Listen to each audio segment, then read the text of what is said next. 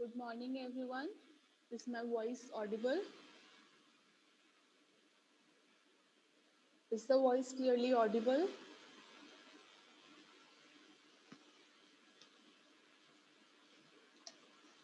Ma'am, it's very low.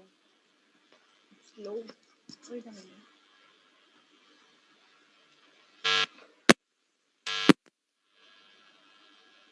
Is it audible now? Yes, ma'am. Okay. In the last class, we were discussing nth root of unity. Unity means one one के हम nth roots find out करने की कोशिश करेंगे तो उसके लिए सबसे पहले we will express one in the exponential form 1 will correspond to the complex number 1 plus 0 iota. तो अगर इसको हम किसी पॉइंट से कॉरेस्पॉन्ड करेंगे it will correspond to the point 1, 0 जिसको अगर हम प्लॉट करेंगे it will lie on the positive real axis ये पॉजिटिव रियल एक्सिस से वहां लाई करेगा तो 1 plus 0 iota इसका मॉड निकालते हैं mod will be under root of 1 square plus 0 square and it will come out to be 1 so 1 जो complex number है उसका मॉडुलस है 1 आर्ग्यूमेंट देखते हैं 1, 0 पॉइंट यहाँ लाई कर रहा है पॉजिटिव रियल एक्सिस पे तो ये पॉजिटिव रियल एक्सिस से एंगल कितना बनाएगा 0 तो इसका मतलब 1 का जो आर्ग्यूमेंट है वो हुआ 0 general argument will be 0 plus 2k pi where k belongs to any integer तो पोलर फॉर्म क्या हुई of the complex number 1 it will B 1 e की power iota 0 plus 2k pi where we have taken the general argument nth root of unity निकालने के लिए we will raise 1 to the power 1 by n let z is equal to 1 की power 1 by n तो 1 का जो हमारा polar form है उसको raise to the power 1 by n करेंगे मॉडुलस है 1 1 raise to power 1 by n which will be 1 e की पावर आयोटा आर्ग्यूमेंट लिखते हैं तो जब हम raise to the power 1 by n करेंगे तो हम आर्ग्यूमेंट को 1 बाई एन से मल्टीप्लाई करेंगे तो 0 plus 2k pi into 1 by n will be 0 plus 2k pi by n. So the complex number z is equal to 1 raised to power 1 by n is given by e की power iota 2k pi by n where k will take the value from 0 1 2 up to n minus 1. It will not take the value n plus 1 because अगर हम n या n plus 1 ये सारी values लेंगे तो हमारे जो कॉम्प्लेक्स नंबर को वो रिपीट होंगे अगर k की वैल्यू 0 से लेके n माइनस 1 के बीच में है तो हमें डिस्टिंक्ट वैल्यूज मिलेंगी और डिस्टिंक्ट कॉम्प्लेक्स नंबर्स मिलेंगे if we put k is equal to 0 over here we will get e की power iota 0 which is 1 अगर k की वैल्यू हम 1 पुट करेंगे यू विल गेट e की power iota 2 into 1 pi upon n which is 2 pi by n. When we put k is equal to 2 you will get e की power iota 2 into 2 pi by n which is e की power iota 4 pi by n. Next will be e की power iota 6 pi by n and so on. Last में we will put the value of k to be n minus 1. जब हम n minus 1 put करेंगे we will get e की power iota 2 into n minus 1 upon में n into pi. These will be the n different roots and the roots of unity. अगर हम ध्यान से observe करें e की power iota 4 pi by n will be obtained if we raise e की power iota 2 pi by n raised to the power 2. ये वाला जो कॉम्प्लेक्स नंबर है अगर इसका हम स्क्वायर करेंगे then we will obtain e की power iota 4 pi by n. इसके नेक्स्ट है e की power iota 6 pi by n जो हमें मिलेगा इफ वी रेज e की power iota 2 by n raise to the power 3. Similarly जो लास्ट वाला है e की power iota into 2 into n minus 1 upon n pi ये हमें मिलेगा अगर हम e की power iota 2 pi by n को raise to the power n minus 1 करेंगे तो हम क्या कर रहे हैं e की power iota 2 pi by n को ओमेगा लेट कर लेते हैं then this will be omega square next number will be omega cube omega 4 and so on up to last term हमें मिलेगी ओमेगा की power n minus 1. So nth root of unity will be given by 1 omega omega square up to omega n minus 1 where omega is equal to e की power iota 2 pi by n. ये मैंने आपको last class में भी explain किया था. अब अगर हम इन सारे कॉम्प्लेक्स नंबर्स को प्लॉट करेंगे तो वो हम देखेंगे कि ये सारे कॉम्प्लेक्स नंबर एक सर्कल पे लाई कर रहे हैं जिसका रेडियस होगा 1 और सेंटर होगा ओरिजिन पे। और अगर इन सारे पॉइंट्स को ज्वाइन करते हैं तो हमें ये रिप्रेजेंट करेंगी vertices of a regular polygon with n sides. यहां तक मैंने आपको लास्ट क्लास में बताया था। अब ये जितने भी हमारे पास nth रूट्स ऑफ यूनिटी आए हैं, इसका मतलब इन सब की पावर को अगर मैं n से रेस करूंगी तो मुझे नंबर मिलेगा 1, क्योंकि nth रूट ऑफ यूनिटी है।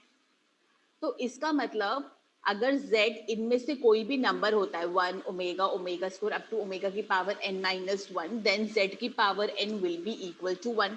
इसका मतलब 1 omega omega square up to omega n minus 1 will satisfy the equation z की power n equal to 1, which is equivalent to the equation z की power n minus 1 equal to 0. z is equal to 1 की power 1 by n same है z की power n is equal to 1 के। इसका मतलब z की power n minus 1 equal to 0 equation है। अब हमें पता है nth root of unity 1 omega omega square up to omega n minus 1 है, तो हम कह सकते हैं ये जो इक्वेशन है z की power n minus 1 equal to 0, इसके जो रूट्स हैं वो क्या है 1 omega omega square up to omega n minus 1। ये पॉइंट क्लियर हुआ कि इस इक्वेशन के ये रूट्स होंगे? यस और नो? Yes ma'am. हम सेम चीज Yes, को ma'am. दूसरे तरीके से कह रहे हैं। Yes ma'am.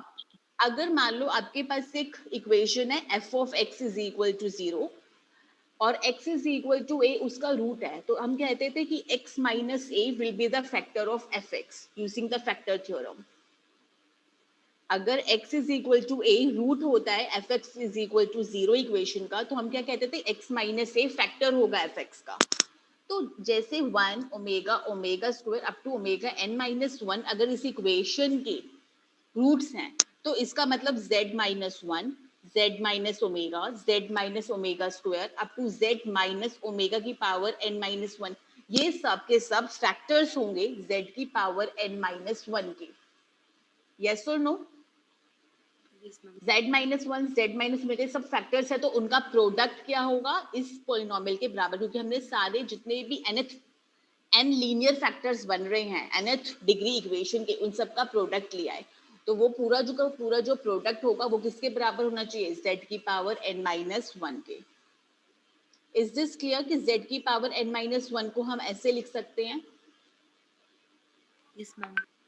इस इक्वेशन की या इस इक्वेशन के इस रिजल्ट की बहुत सारी एप्लीकेशन है, तो ये रिजल्ट आपको ध्यान होना चाहिए कि z की power n minus 1 can be written in factored form as z minus 1 into z minus omega into z minus omega square up to z minus omega की power n minus 1, where omega is e की power iota 2 pi by n।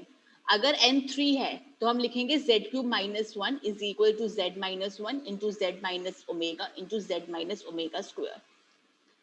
Now let us discuss the application of this. Suppose omega is nth primitive root of unity, then what will be the value of the expression this?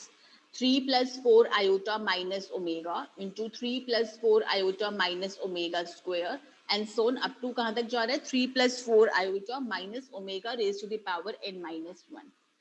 आप ये वाला जो हमने अभी result derive किया था, इस result को देखो।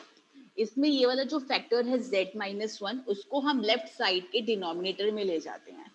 Then you will get that z की power n minus 1 upon में z minus 1 equal to this whole part z minus omega into z minus omega square up to z minus omega की power n minus 1।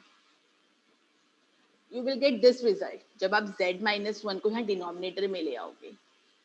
अब अगर आप ध्यान से इसका left side देखो और जो हमें फाइंड आउट करना है उससे कंपेयर करो, तो ये जो हमें फाइंड आउट करना है वो हमें ऑब्टेन हो सकता है अगर हम लेफ्ट साइड में z की जगह 3 plus 4 आयोटा पुट कर दें।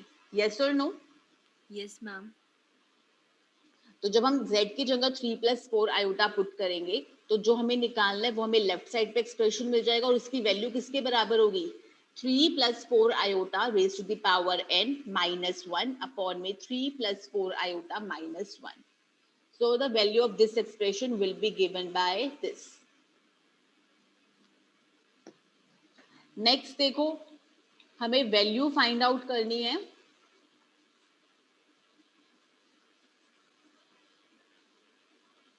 One minus omega into one minus omega square up to one minus omega की पावर n माइनस वन। आप देखोगे तो आप कहोगे कि ये जो हमने अभी रिजल्ट डिराइव किया था ये वाला, इसमें अगर मैं z की जगह 1 पुट कर दूं तो लेफ्ट साइड पर हमें वो एक्सप्रेशन मिलेगा जिसकी हमें वैल्यू निकालनी है। बट राइट साइड पे देखो क्या मिलेगा, 1 की power n minus one which is 1 minus one zero numerator में, डिनोमिनेटर में 1 minus one zero, zero by zero form जो तो डिफाइन ही नहीं है, तो हम इस इक्वेशन में z की जगह 1 पुट नहीं कर सकते। Is this clear? Directly put नहीं कर सकते क्योंकि राइट साइड 0 बाई 0 बन जाएगी which is not defined, indeterminate form है। क्लियर हुआ कि हम डायरेक्टली क्यों नहीं पुट कर रहे?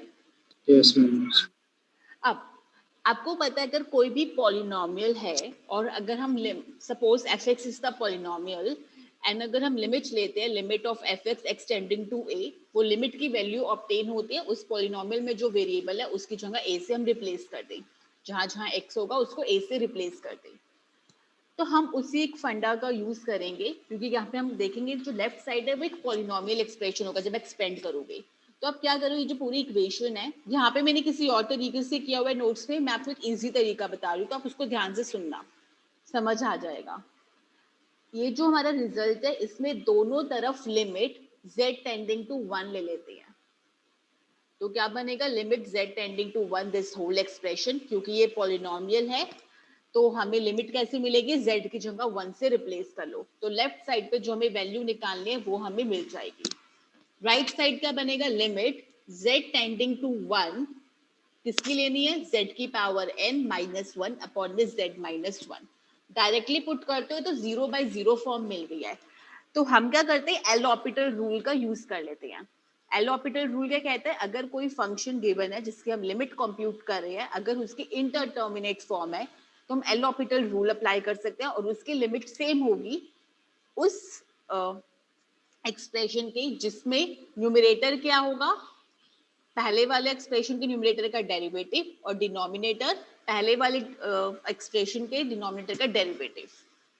तो limit of zn minus 1 upon z minus 1 as z tending to 1 will be same as limit of z tending to 1 of the expression जहां पे उनका न्यूमरेटर डिनोमिनेटर क्या है, इनका डेरिवेटिव z की पावर n माइनस वन का derivative किसके साथ लेंगे, लिमिट किसकी ले रहे हैं, z की, तो z की पावर n माइनस वन का जब आप डेरिवेटिव लोगे z के रिस्पेक्ट में, you will gate n z की power n minus one minus zero, तो क्या मिलेगा आपको, n z की power n minus one numerator में, डिनोमिनेटर में z माइनस वन का derivative will be 1 minus zero which is 1, तो आपको एक्सप्रेशन मिल रहा है फाइनल n z की पावर n माइनस वन, और उसमें अगर आप z की जगह 1 पुट करते हो तो आपको n मिल रहा है, एक फाइनाइट नंबर, तो इसकी लिमिट भी क्या हो जाएगी n।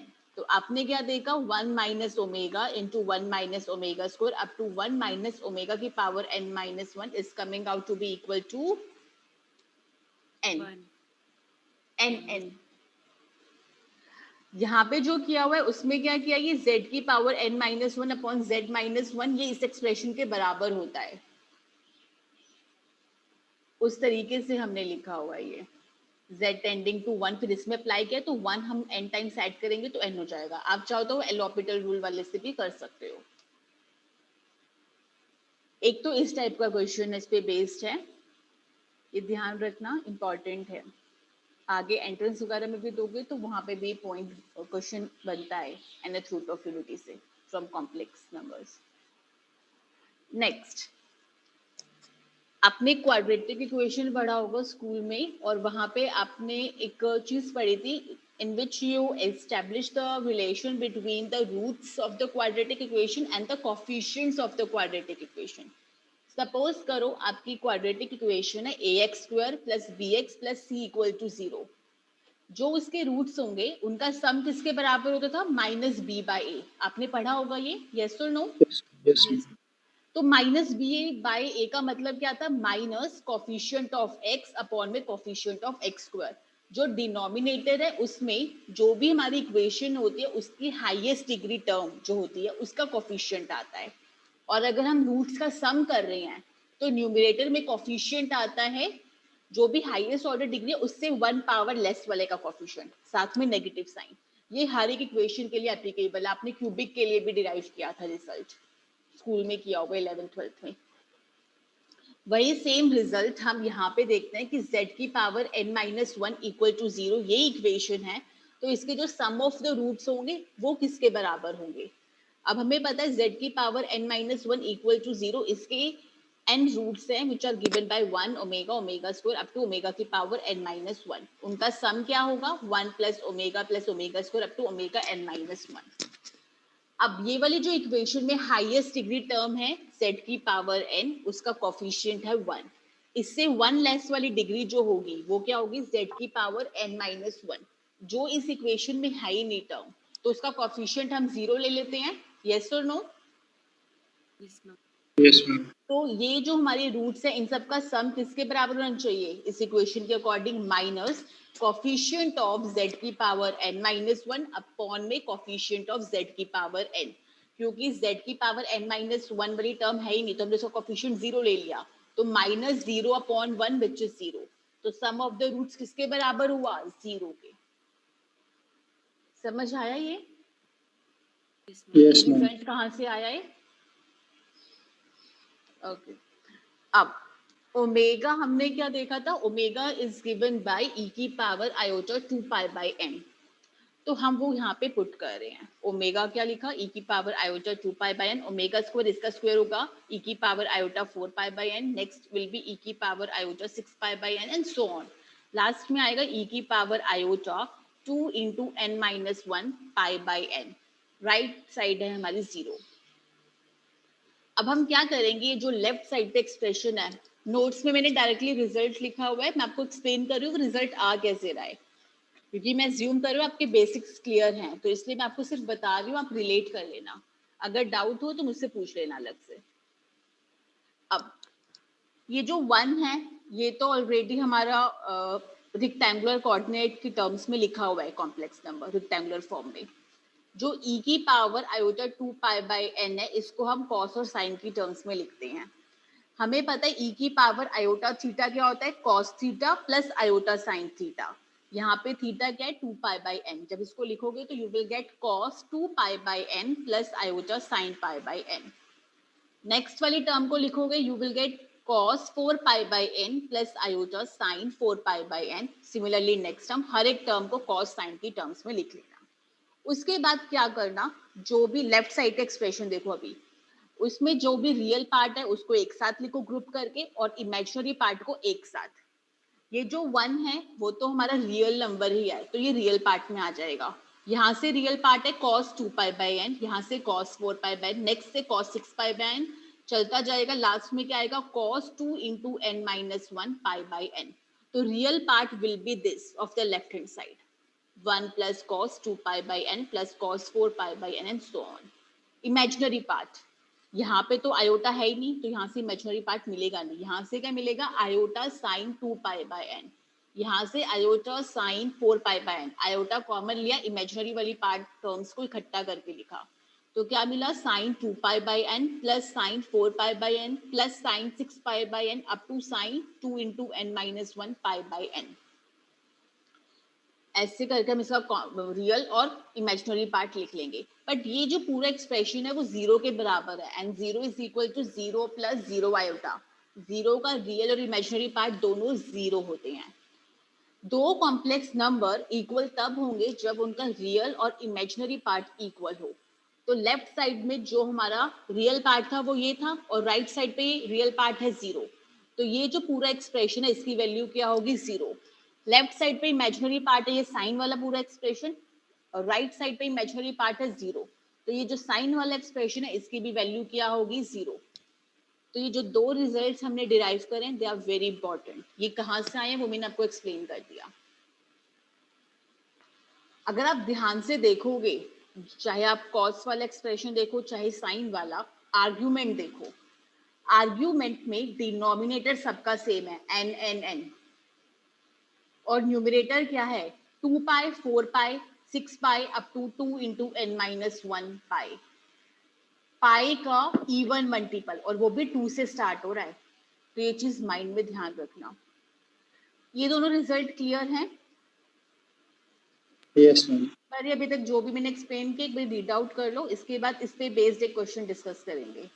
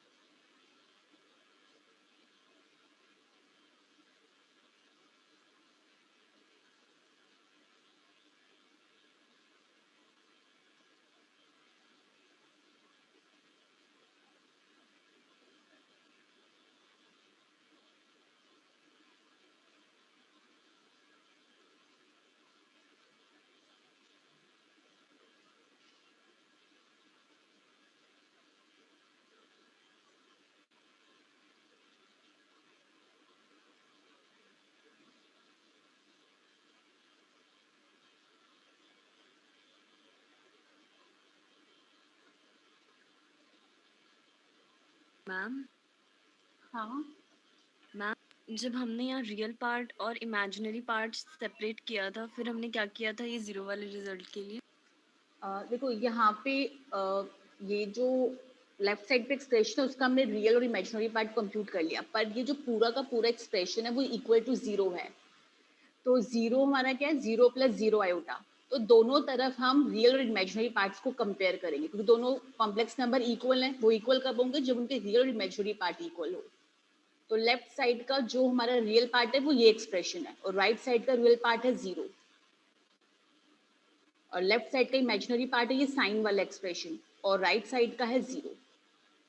तो दोनों ये एक इक्वेशन तभी सेटिस्फाई होगी ना जब इस पूरे एक्सप्रेशन की वैल्यू जीरो हो और इस साइन वाले एक्सप्रेशन की वैल्यू भी जीरो हो. Yes ma'am.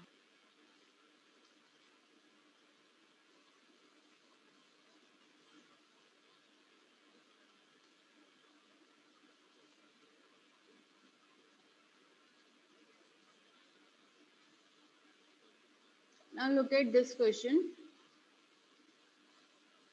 You have to find the value of cos 2 pi by 11 plus cos 4 pi by 11 plus cos 6 pi by 11 plus cos 8 pi by 11 plus cos 10 pi by 11.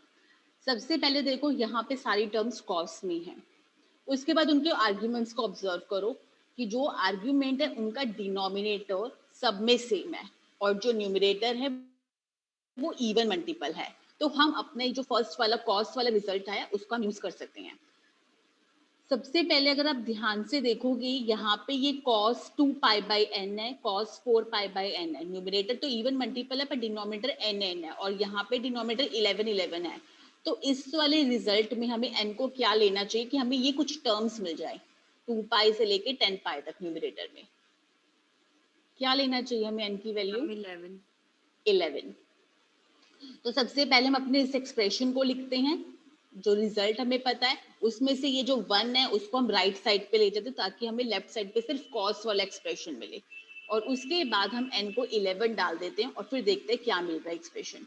अगर आप 11 डालते हो तो यहाँ पे न्यूमरेटर है 2 पाई 4 पाई 6 पाई. अब 2 कहाँ तक जाना चाहिए, 2 इंटू n माइनस 1 पाई तक न्यूमरेटर पार्ट. जब आप 10 11 डालोगे n को तो ये 11 माइनस 1 10 इंटू 2 20 पाई। तो जब आप एक्सप्रेशन लिखोगे तो cos 2 pi by 11 plus 4 pi by 11 up to कहां तक जाओगे 20 पाई बाई 11 तक, और ये 1 को हम राइट साइड पे शिफ्ट कर देंगे।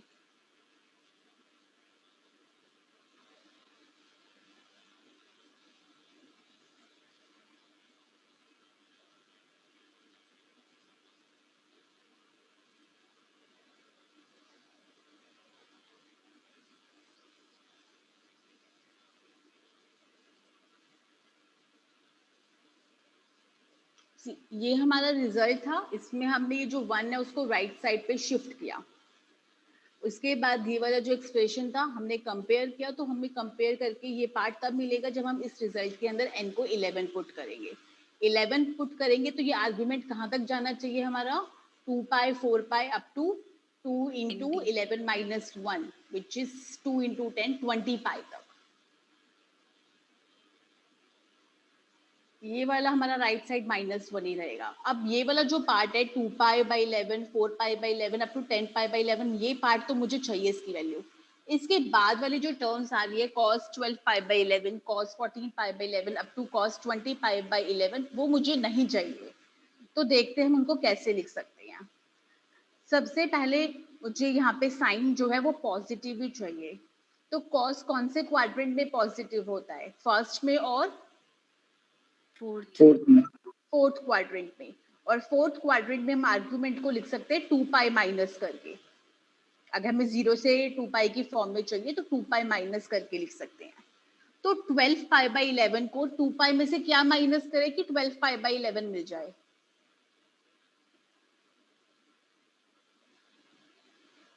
टू पाई में से हम क्या सब्ट्रैक्ट करें कि हमें 12 पाई बाई 11 मिल जाए, बताओ। 10 पाई 10 पाई बाई 11। देखो अगर cos of 2 pi minus 10 pi by 11 लिखते हैं तो जब हम एलसीएम लेंगे 2 into 11 22 pi minus 10 pi which will be 12 pi upon में 11 एज इट इज। अब देखो cos 2 पाई माइनस थीटा, 2 पाई है तो cos ही रहेगा, एंगल फोर्थ क्वाड्रेंट में तो पॉजिटिव साइन ही रहेगा, और थीटा क्या है 10 पाई बाई 11। तो ये जो cos 12 पाई बाई 11 है that is equal to cos 10 pi by 11। Yes और नो, इस वाली टर्म के बराबर आ जाएगा। cos 12 पाई बाई 11 के बाद नेक्स्ट टर्म है cos 14 pi by 11। 14 pi by 11 को हम लिख सकते हैं 2 pi minus 8 pi by 11। Again this cos 2 pi minus 8 pi by 11 will be equal to cos 8 pi by 11, जो इससे पहले वाली टर्म होगी। ऐसे ही इन सारी टर्म्स को 12 14 16 18 और 20 वाली को हम कन्वर्ट करके लिख लेते हैं। cos 20 pi by 11 can be written as cos of 2 pi minus 2 pi by 11। तो ये cos 2 पाई बाई 11 के बराबर आएगा। तो फर्स्ट ग्रुपिंग हमने यहाँ तक की कर ली, सेकंड ग्रुपिंग 12 पाई बाई 11 से 20 पाई बाई 11 करी और फिर उनको एंगल कन्वर्ट करके लिख लिया। You will get cos 10 pi by 11 plus cos 8 pi by 11 up to cos 2 pi by 11। आप देखोगे दोनों ब्रैकेट सेम है। cos 2 पाई बाई 11 यहाँ पे भी है, cos 4 पाई बाई 11 है, वो इससे पहले वाली टर्म होगी। तो हम क्या लिख सकते हैं, twice of this first bracket is equal to -1। तो ये जो 2 मल्टीप्लाई में उसको डिनोमिनेटर में लेके जाएंगे तो आपको ये एक्सप्रेशन जो है cos 2 pi by 11 cos 4 pi by 11 plus up to cos 10 pi by 11 की वैल्यू मिलेगी -12। Is this clear? एक बार ही गो Yes, थ्रू ma'am. कर लो, किसी स्टेप में किसी को कोई डाउट है तो यू कैन आस्क।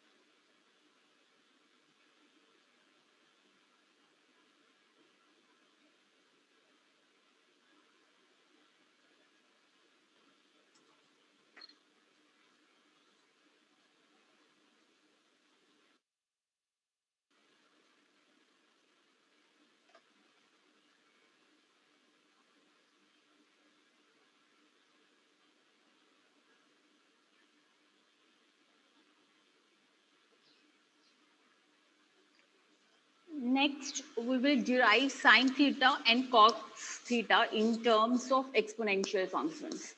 सबसे पहले देखते हैं कि e की पावर आयोटा थीटा जो मेरे एक्सपोनेंशियल फॉर्म है उसको हम कैसे लिख सकते हैं, cos theta plus iota sine theta. तो अगर थीटा को माइनस थीटा से रिप्लेस करेंगे तो यू विल गेट e की power minus iota theta, that will be equal to cos of minus theta. cos of minus theta cos theta के बराबर होता है तो एज इट इज लिखा, plus iota sine of minus theta, sine of minus theta is minus sine theta, so you will get minus iota sine theta. तो e की power minus iota theta is equal to cos theta minus iota sine theta. अगर हम दोनों को add करें तो क्या मिलेगा, e की power iota theta plus e की power minus iota theta, it will be equal to cos theta plus iota sine theta plus cos theta minus iota sine theta. ये आयोटा साइन थीटा प्लस और negative sine के साथ है, cancel हो जाएंगे, cos theta और cos theta 2 cos theta हो गया और 2 फिर हम डिनोमिनेटर में ले गए। तो cos थीटा एक्सपोनेंशियल के टर्म्स में कैसे लिखते हैं, e की power iota theta plus e की power minus iota theta upon में 2। सिमिलरली अगर हम इनको सब्ट्रैक्ट करेंगे तो यू विल गेट e की power iota theta minus e की power minus iota theta equal to 2 iota sine theta, और 2 आयोटा को डिनोमिनेटर में शिफ्ट कर देंगे तो आपको साइन थीटा भी एक्सपोनेंशियल की टर्म्स में मिल गया। कॉस हाइपरबोलिक और साइन हाइपरबोलिक फंक्शंस एक्सपोनेंशियल की टर्म्स में कैसे लिखते हैं, कॉस हाइपरबोलिक एक्स होता है e की पावर x प्लस e की पावर माइनस एक्स बाई 2। जो ये प्लस वाला है वो प्लस वाला होता है पर आयोटा नहीं आता साथ में, जो हाइपरबोलिक के साथ एंगल होगा सेम आता, आयोटा नहीं आता। साइन हाइपरबोलिक एक्स होता है e की पावर x माइनस e की पावर माइनस एक्स बाई 2। अब नेक्स्ट जो हम रिजल्ट डिराइव करें उसको ध्यान से देखना। हम कॉस ऑफ आयोटा थीटा देखते हैं क्या होगा। हमने क्या किया, ये जो थीटा है इसकी जगह आयोटा थीटा लिखा है, तो क्या बनेगा, यहाँ जहां पे भी थीटा है उसकी जगह हम आयोटा थीटा से रिप्लेस करेंगे। यू विल गेट e की power iota into iota theta plus e की power minus iota into iota theta upon में 2। जब ये पावर वाली टर्म्स देखोगे iota into iota, iota square मिल जाएगा दोनों तरफ, आयोटा स्क्वायर होता है -1, तो यहाँ पे -1 डालेंगे तो ये बना e की पावर माइनस थीटा, और यहाँ पे जब -1 डालेंगे बाहर माइनस ऑलरेडी तो प्लस हो जाएगा e की पावर थीटा, तो यू गेट e की पावर थीटा प्लस e की पावर माइनस थीटा अपॉन में 2। और अगर यहाँ से कंपेयर करो तो ये किसके बराबर होना चाहिए, कॉस हाइपरबोलिक थीटा। तो अगर कॉस और कॉस हाइपरबोलिक को कंबाइन करना हो तो क्या रिलेशन है, cos of iota theta is equal to cos hyperbolic theta. Similarly sine iota theta देखते हैं तो उसमें क्या करेंगे, यहाँ पे जो थीटा है उसको हम आयोटा थीटा से रिप्लेस करते हैं तो आयोटा स्क्वायर मिलेगा हमें, आयोटा स्क्वायर को -1 से रिप्लेस करेंगे तो आपको रिजल्ट मिलेगा e की power iota theta minus e की पावर थीटा अपॉन में 2 आयोटा। ध्यान से देखो ये रिजल्ट मिल रहा है। और जो आपका हाइपरबोलिक होता है उसमें क्या होता है, पहले पॉजिटिव वाला है फिर नेगेटिव पावर वाला है एक्सपोनेंशियल में, बट यहाँ पे पहले नेगेटिव मिला है फिर पॉजिटिव, तो हम नेगेटिव साइन को कॉमन ले लेते हैं तो माइनस ऑफ e की पावर थीटा माइनस e की पावर माइनस थीटा अपॉन में 2 आयोटा मिलेगा। न्यूमिनेटर और डिनोमिनेटर को आयोटा से मल्टीप्लाई करो तो डिनोमिनेटर देखो क्या बनेगा, 2 इंटू आयोटा स्क्वायर -1 पुट कर देंगे -1, और ये ऊपर न्यूमिनेटर में जो माइनस साइन है कैंसिल हो जाएगा तो आपको मिलेगा आयोटा टाइम्स e की पावर थीटा माइनस e की पावर माइनस थीटा अपॉन में 2, और ये वाली जो टर्म है ब्रैकेट वाली वो है साइन हाइपरबोलिक थीटा। तो साइन और साइन हाइपरबोलिक में रिलेशन क्या है, sine of iota theta is equal to iota sine hyperbolic theta. Go through the results. अब आज की क्लास तक हमने जितना किया है वो आपने जो पहले पढ़ा था उसी से कुछ रिलेटेड है, नेक्स्ट क्लास में जो हम पढ़ेंगे वो बिल्कुल ही अलग होगा। और ध्यान से समझना, कॉम्प्लेक्स एनालिसिस थोड़ा सा डिफिकल्ट है। अभी तक का तो जो आप फैमिलियर थे, डी मॉर्विस थ्योरम, मॉडुलस, कॉन्जुगेट, आपने वही सब पढ़ा है। नेक्स्ट क्लास से हम थोड़ा कॉन्टिन्यूटी, लिमिट, ये सब पढ़ेंगे, कॉम्प्लेक्स नंबर्स के लिए डिफरेंशिएशन ये सब पढ़ेंगे। एक बार ये गो थ्रू कर लो, कहीं किसी को कोई डाउट है किसी रिजल्ट में तो एक बार तो पूछ लेना।